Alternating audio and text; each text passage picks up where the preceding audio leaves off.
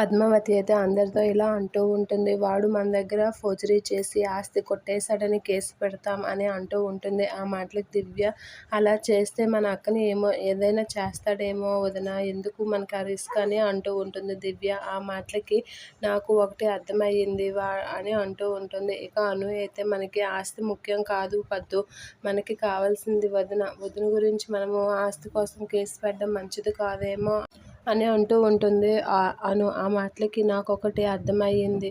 వాడి దగ్గర వదిన ఎన్ని రోజులుగా ఉంది, కానీ వాడు ఏమీ చేయలేదు. వాడు తన వదిని ఏమీ చేయడు, కానీ వదిన పేరు పెట్టుకొని మనల్ని సాధించాలని చూస్తున్నాడు. కాబట్టి వాడిని అరెస్ట్ చేసేటప్పుడు వదిన అడుగుతుంది కదా, ఎందుకు అరెస్ట్ చేస్తున్నారని. అప్పుడు పోలీసులు అంతా నిజం చెప్తారు కదా, అదే మనకు కావాలి. ఎందుకు అలా అప్పుడు కానీ వదినకి నిజం తెలియదు.